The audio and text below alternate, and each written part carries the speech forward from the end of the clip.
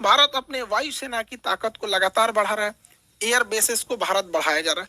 अभी गुजरात में दीसा एयरबेस का शिलान्यास किया गया। यह एयरबेस बहुत जरूरी था। दीसा एयरबेस कहाँ है, उससे पहले आपको पाकिस्तान के एयरबेस का आइडिया होना चाहिए। पाकिस्तान का इधर का एरिया है बलूचिस्तान, इधर उसके दुश्मन कम है अफगानिस्तान है, तो उसमें अफगानिस्तान के पास कोई उतना टेक्नोलॉजी ही नहीं है। और उसका ज्यादातर एयरबेस अगर आप देखेंगे तो ये भारत की ओर मिलेगा। ये उसने पाक ऑक्युपाइड कश्मीर है, पीओके पे कब्जा कर लिया है यहाँ पे।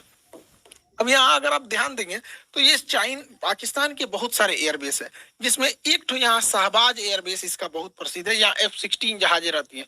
शहबाज एयरबेस, सुकूर एयरबेस, यहाँ पर मीरपुर एयरबेस, ये तीन एयरबेस पाकिस्तान के बहुत ही फ्रंट लाइन की एयरबेस है भारत को आगे की ओर काउंटर करने के लिए। और एक कश्मीर के पास में आया स्कार्दू एयरबेस। ये एग्जाम में क्वेश्चन पूछते हो भैया स्कार्दू एयरबेस कहाँ, पीओके में ही है स्कार्दू। तो कुछ जगह जो है ना करंट में जब फेमस हो जाते हैं तो उससे कुछ कुछ क्वेश्चन पूछता है, इसलिए याद रखने आता है।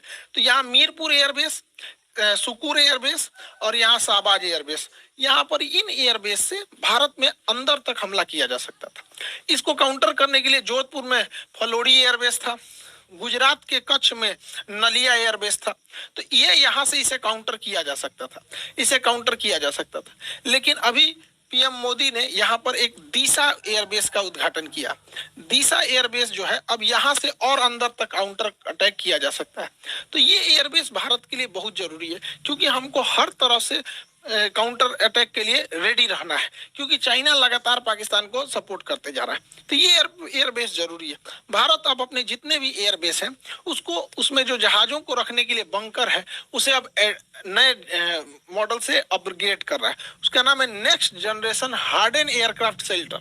ये इतने मजबूत होते हैं कि रनवे के बाद जहाज को अगर इसमें ले आ देते हैं तो इसके ऊपर 1000 किलो का भी बम गिरा दिया जाता है ना, इसको कोई असर नहीं होता है। इसकी टेस्टिंग हो चुकी है। देखिए ये जहाज इसी के अंदर था, ये जहाज इसके अंदर था, इसको रख के तोड़ा है सब, ये ऊपर वाला ब्लास्ट हो गया है, जहाज चुपचाप निकल के चला गया। तो ये भारत इसको बहुत तेजी से अपने हर एक एयरबेस में इसको ला रहा है, ताकि जहाज जो है एयरबेस पे भी सेफ रह सके, ताकि युद्ध की स्थिति में काउंटर अटैक किया जा सके।